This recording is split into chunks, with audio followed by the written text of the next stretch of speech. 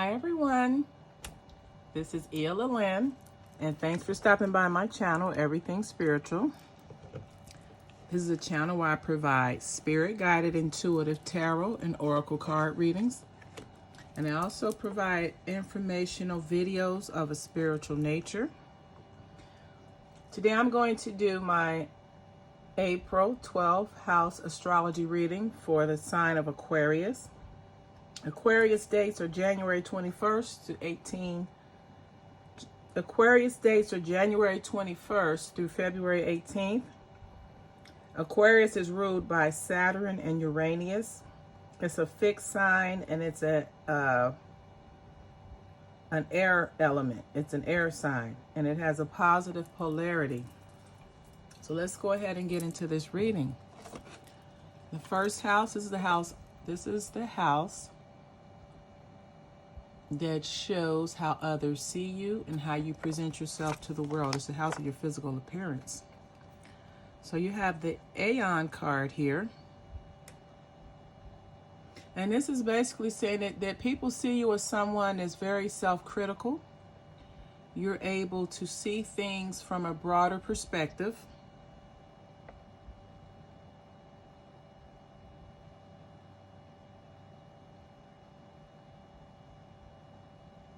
So this is saying that people view you as someone who is very critical, and you may look at things narrow-mindedly or from your own perspective. You don't take the time to look at things from someone else's perspective. You're someone that loves your foundation. People can see you as someone that's a very solid person.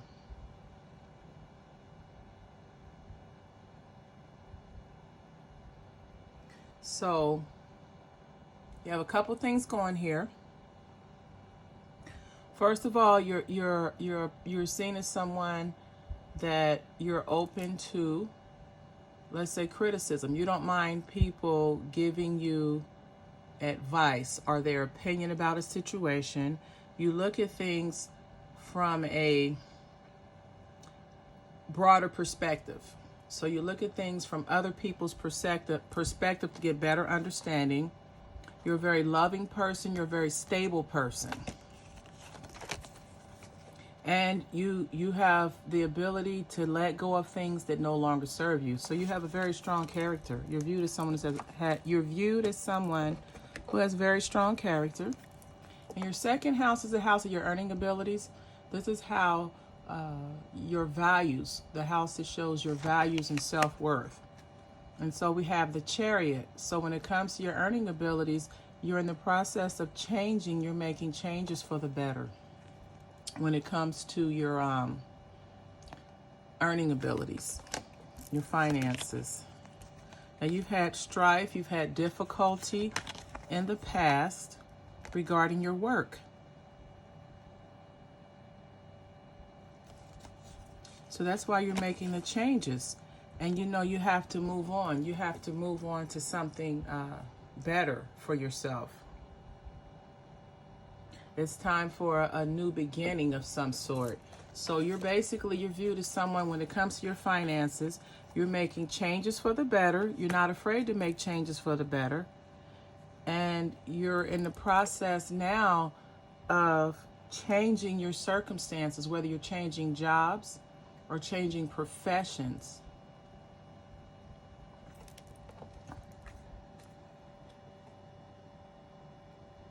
So you're in the process of doing something new, taking on a new job or a profession in your second house. The third house is a house of communication. It's also the house of how you connect with your immediate environment. So this looks like you're someone of a spiritual nature or maybe religious, and you have a religious teacher, mentor, or counselor that may be helping you along your spiritual journey. Your immediate foundation is very solid. So this could mean you have a very solid spiritual connection, a very solid religious connection, your home environment or your immediate environment, which could be your home, work, or your group of friends, is very solid and supporting. You're seeing you have the Ankh as the final clarifying card.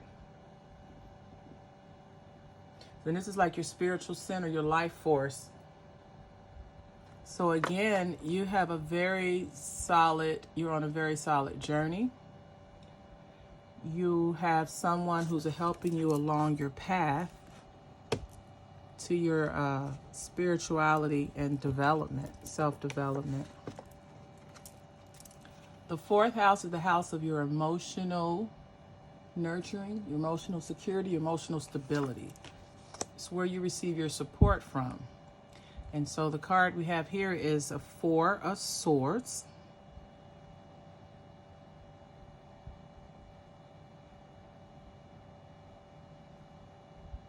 So this is someone who has have balance. They are definitely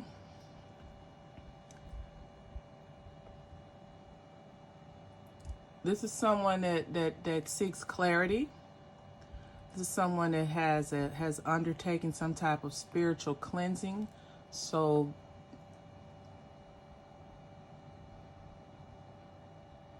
through the spiritual cleansing, it allows you to have clarity of thought, clarity of actions. So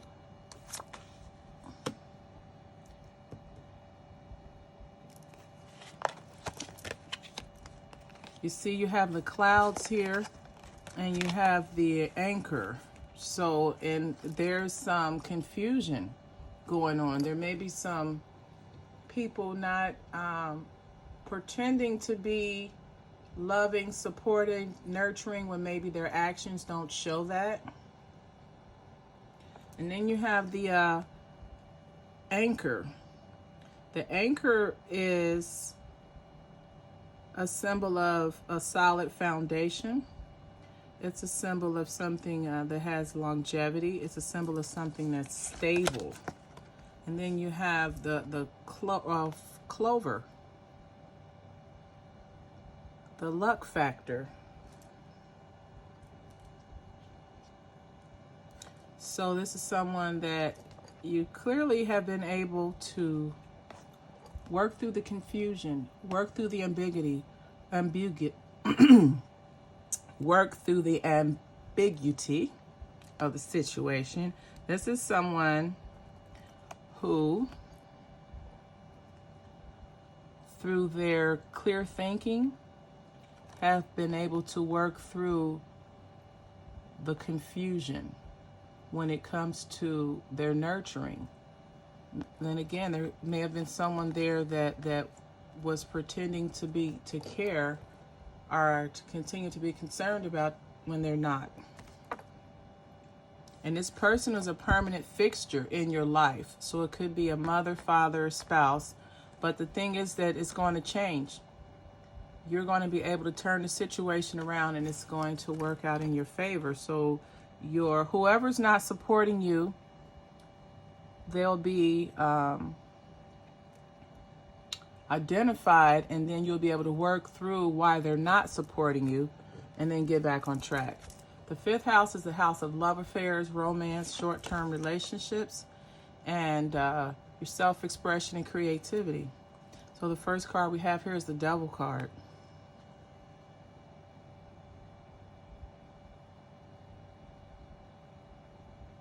So this is someone who likes a lot of sex, a lot of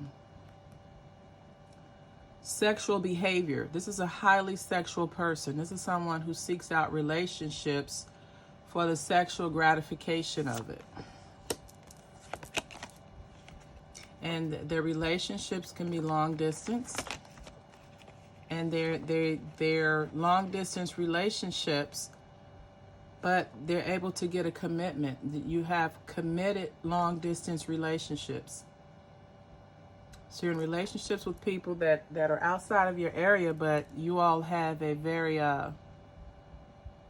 a sexual bond or sexual connection. The relationship involves a lot of sex, even though it's a long distance relationship. And the person, this could be a woman, she's at a point where she has to decide, does she want to stay in the relationship, that the long distance relationship that is sexually gratifying, or does she want to do something different? And it could be because it's a long distance relationship. Your 6th house is the house of your work, health, and service. And you have the happiness card, the 9 of Cups, the contentment card.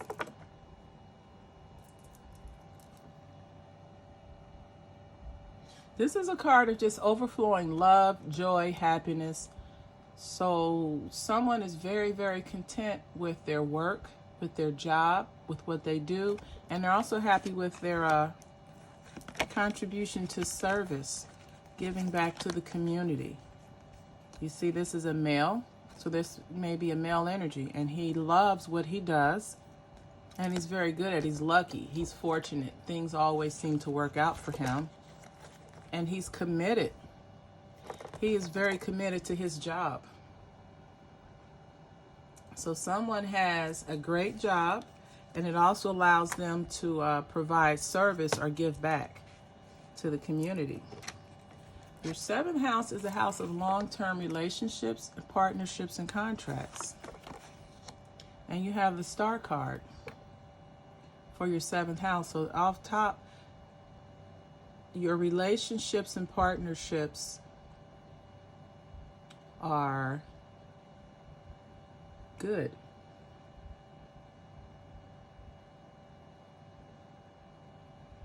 Your relationships are inspiring. They give you hope. They allow you to seek.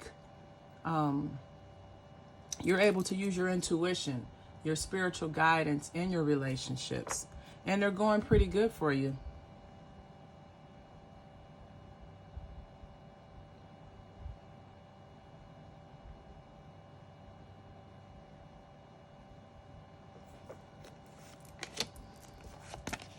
And then you have the casket card, which means something's coming to an end. And we have to see what is coming to an end in this relationship. Because you have success also. And you have loyalty. So what may have fallen away from the relationship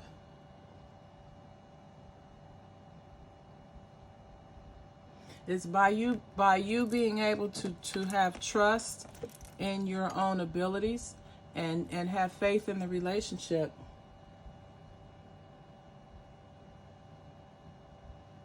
It allows you to see things clearly, and then the things that no longer serve you in the relationship fall to the wayside.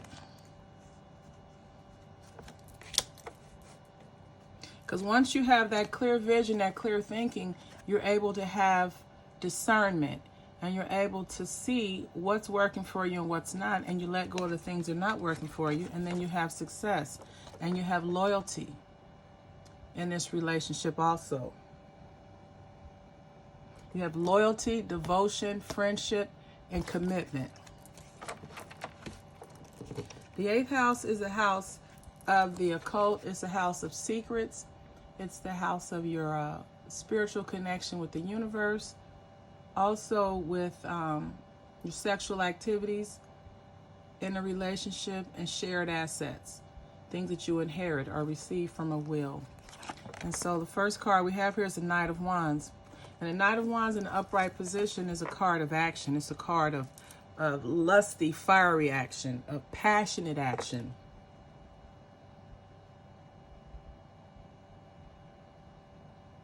And it's a card of change, a quick change, but it's in the reverse.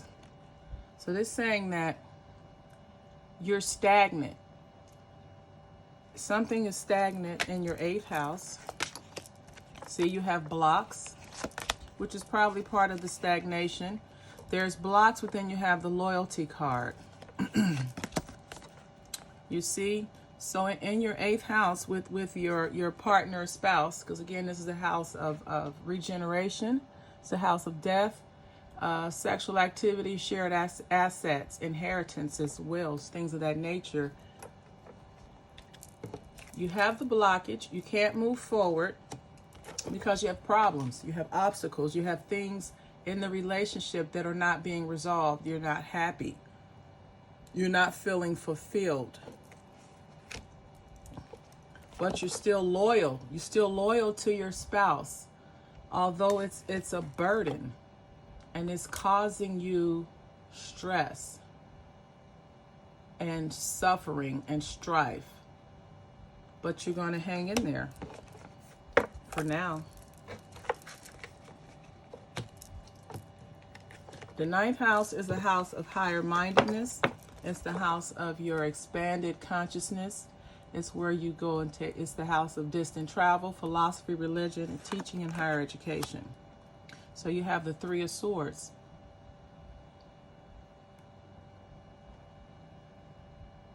So this means that when it comes to your higher mindedness, your higher consciousness, you have some despair. You have some sadness. You have some uncertainty. You feel depressed. So you're not getting what you need spiritually from the source or resources that you're trying to get them from, get that support from. But you have hope. You have hope. And through communicating,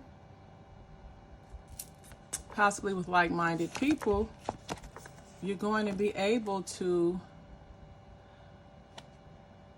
find a place of love. You're going to be able to find a place of contentment with your spirituality, with your expanded consciousness. So you're basically going to be able to identify the depression or the clarity or identify the depression, the lack of clarity, and the worries and doubts. And once you uncover what that is or what's causing that on your spiritual journey, you will be able to overcome it and move past it and get back to a place of love. The 10th house is the house of your career, reputation, and professional achievement. And you have the Queen of Wands. So you're someone, this can be a female energy, a feminine energy, who has mastered themselves. They're able to pull themselves up by their own bootstraps. They know their character. They know what works for them, what doesn't work for them. And they're able to use that energy to master and achieve your desires and goals, to take action. So you're action oriented and you're communicating, whether it's verbally or by text or email, but you're letting someone know that you have to make a decision, that you're at a crossroads with your career or your profession, and you need to make a decision. And this is a decision that's going to be maybe a painful decision. It's a difficult decision to make, but you have to make the decision in order to overcome arguments, conflict. And you have the Queen of Wands energy, the action to communicate that you need to make a change, and then you're going to decide which path to take. And the path you take is going to help remove the conflict, arguments, disappointment that you may have right now regarding your career or your professional achievements. The 11th house is the house of joint activities and like-minded people. It's where you have your similar interests, your friends, your social life.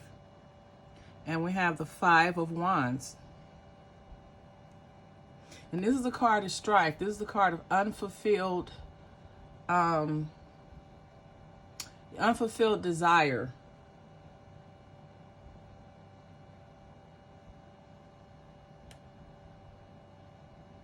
Basically, you're not happy with where you are. You feel that you're not being fulfilled with the organization or group that you're a part of.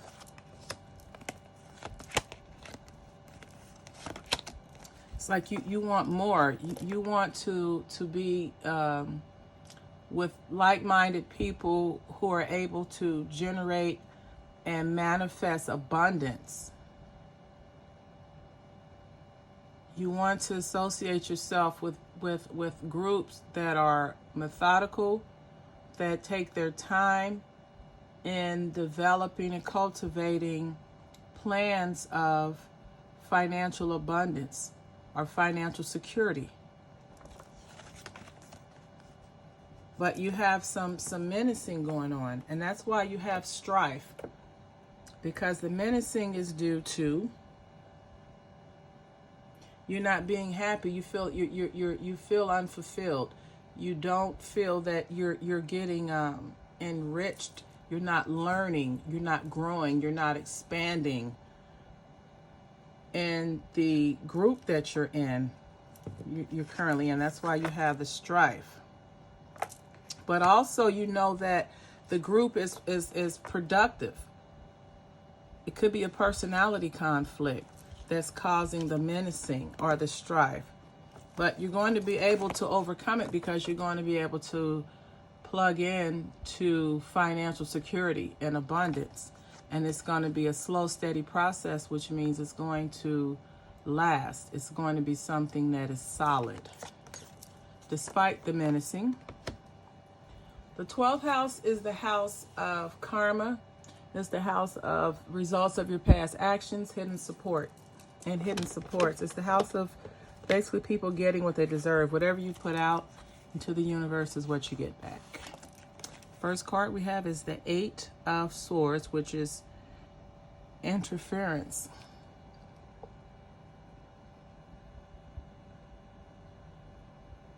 So this is someone who worries a lot, who spends a lot of time worrying and pondering, thinking about situations and circumstances maybe you can't change.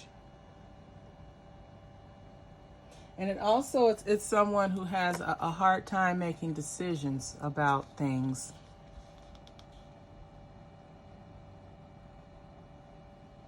And the reason why you have a hard time making decisions is because you have a lot of doubt.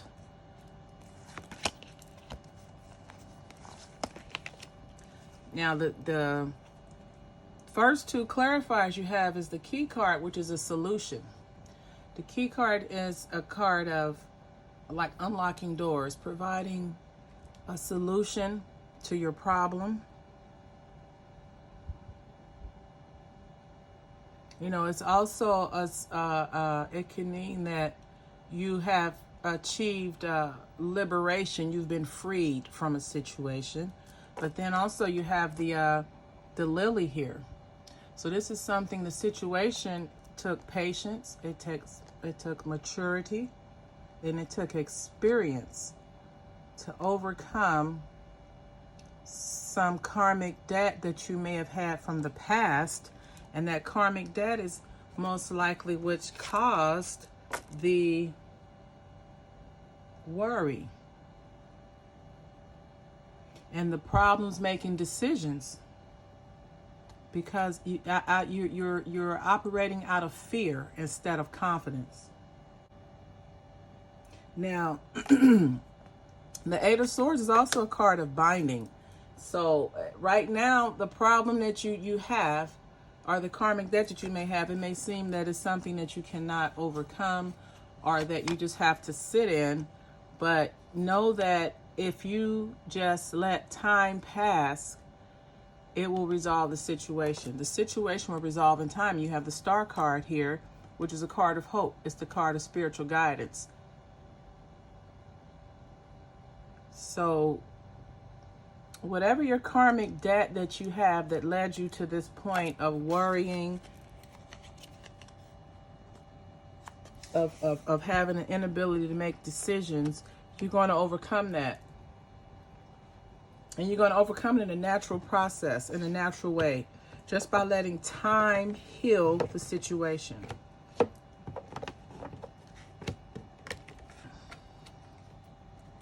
So guys, this has been the April 12th house astrology reading for Aquarius. If this video resonated with you or someone you know, please like, comment, and subscribe to this channel. And as always, until the next time, namaste.